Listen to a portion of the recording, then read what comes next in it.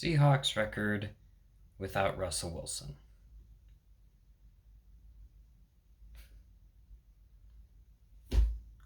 0-1.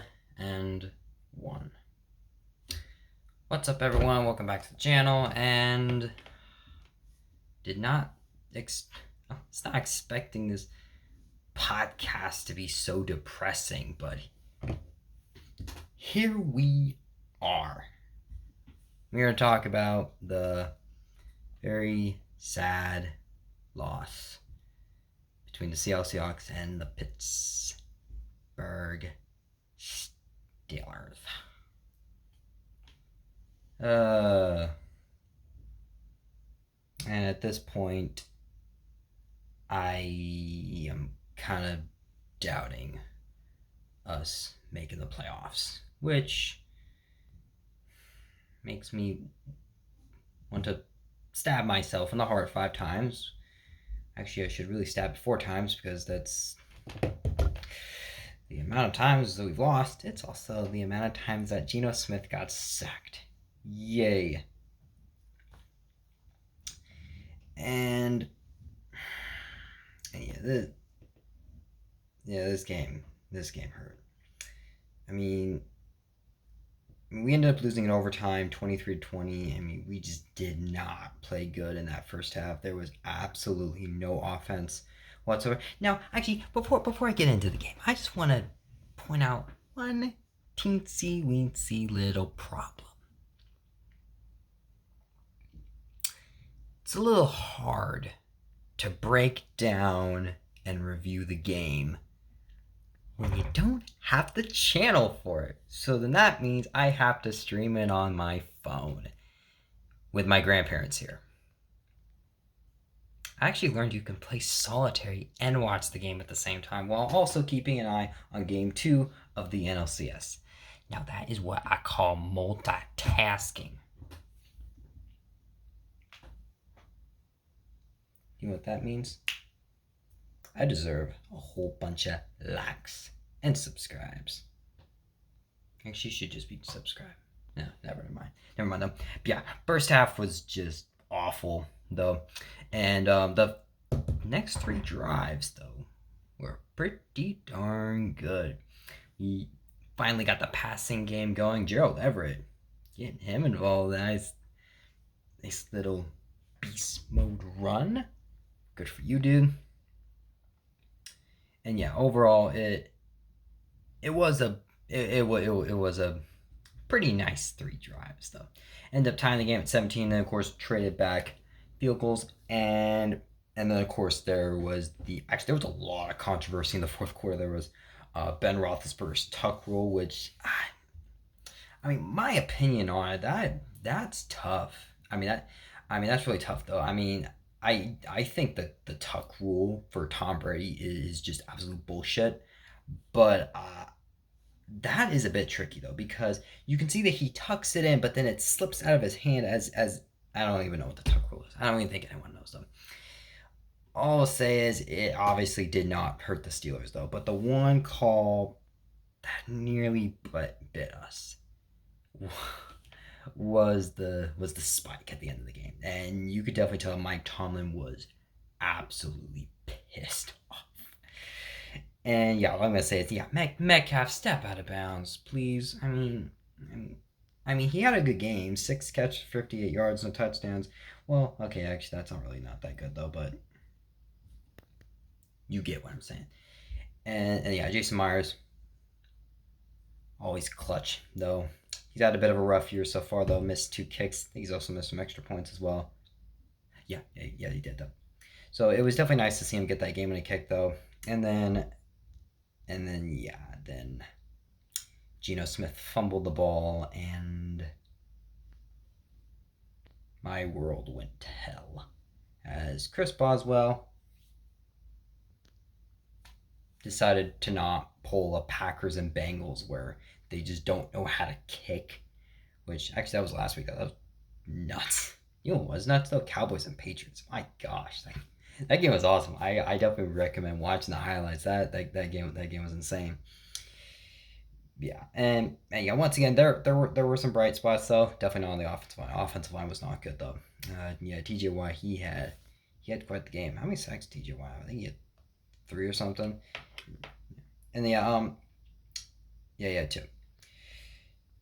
And yeah, I feel like overall the way our defense played against the Pittsburgh Steelers was kind of expected because that Pittsburgh Steelers offense has not really done very good all year, and even in the games that they won, like Buffalo and Denver, they still have not been like very convincing. I definitely believe that this is Ben Roethlisberger's last year, and yeah, the offensive line is not good, but yeah, the fact that we barely got any pressure on him all game was quite disappointing, and then of course the only sack we got was like the tuck rule one.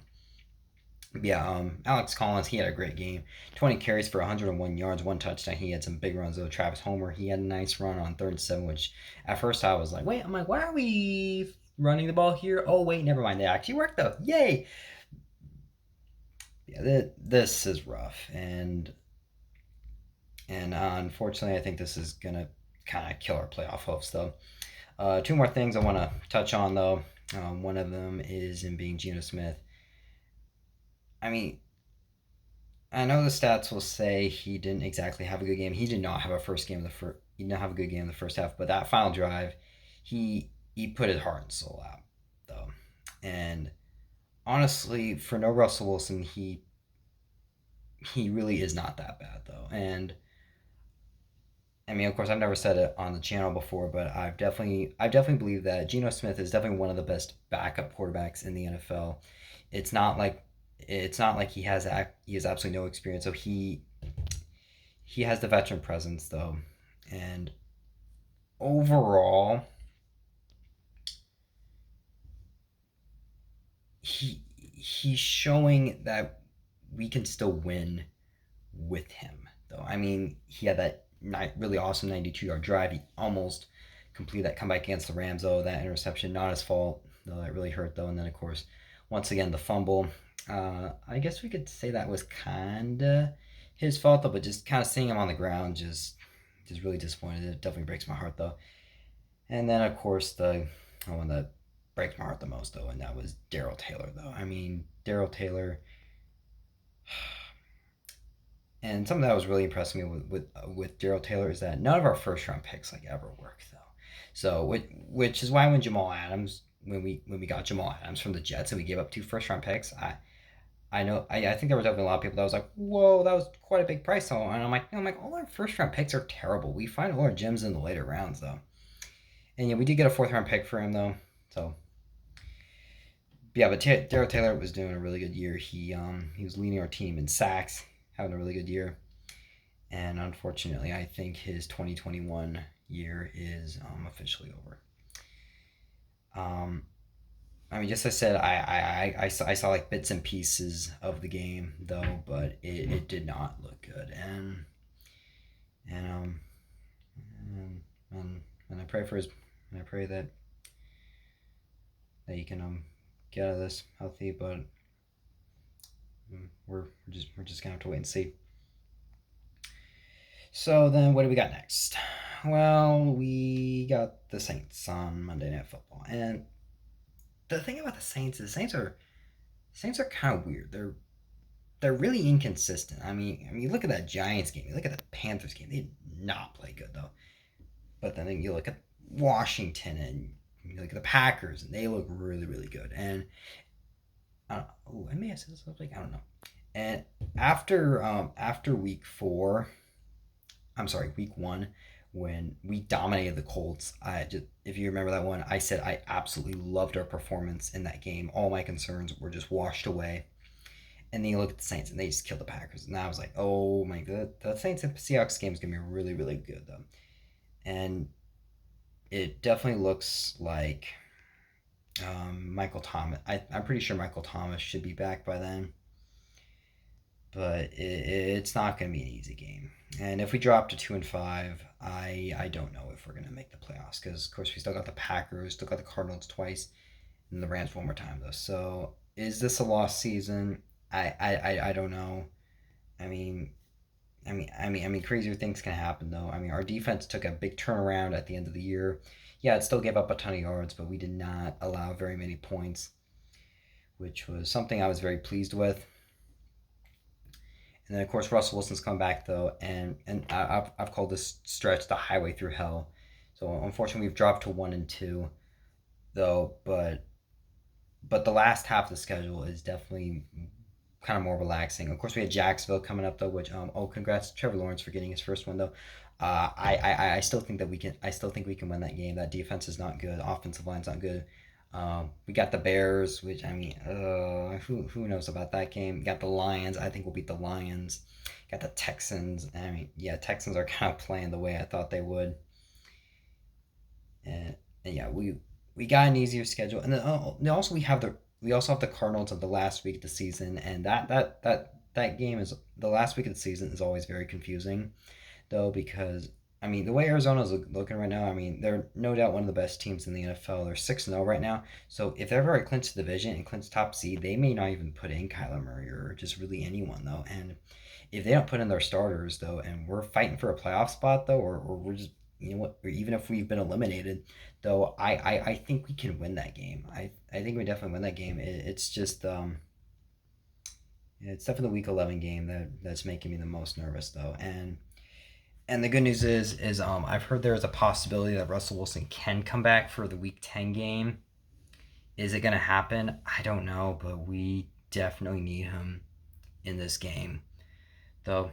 And yeah, the Packers, they don't have as good of a defense as the Steelers do, but it would definitely be nice to get a win in Lambeau, because we just always suck there. But yeah, we're ultimately just gonna have to wait and see. So yeah, and the bright side, the Batman looks really good though. Yeah. I love how I've just shown like little bits and pieces of my inner nerd. Of course, you can see my Death Star that's over there. Yeah, that took me 3 weeks to build. And that ribbon, where's my ribbon? Yeah, that ribbon right there. Yeah, I got that. Put in the fair. Yeah, that was nice though. All right, well, hey, if you like this video, give it a like. Though, if you hate the Seahawks and you're happy that they lost, though, feel free to click that like button. If you want, though, hope you subscribe. I will be back Monday night. Hopefully a little more. Yay, we won! But yeah, we'll see. All I'm gonna say is, even though the Seahawks have not done good, though, I am still enjoying this season. I'm just happy that football's back, and I'm glad the fans are back. Though so far there hasn't been a lot of COVID drama. I'm just happy for that though, and there have been some damn good games this season. This season's been a lot of fun though. What do we got? Yeah, we like the Ravens and Raiders, Packers and Bengals, Packers and 49ers though, and yeah, Cowboys and Patriots earlier, and this is only week 6. I mean, right? Yeah. This is only week 6. We got a lot more football to play, and we haven't even gotten to the playoffs. And I am so excited to see what more is about to come. So, yeah, Seahawks disappointing me, but I am happy that football's back, and I'm happy that it's living up to that. Not Seahawks. Yeah. I will see you next Monday. Tune in to that, and I will see you next time.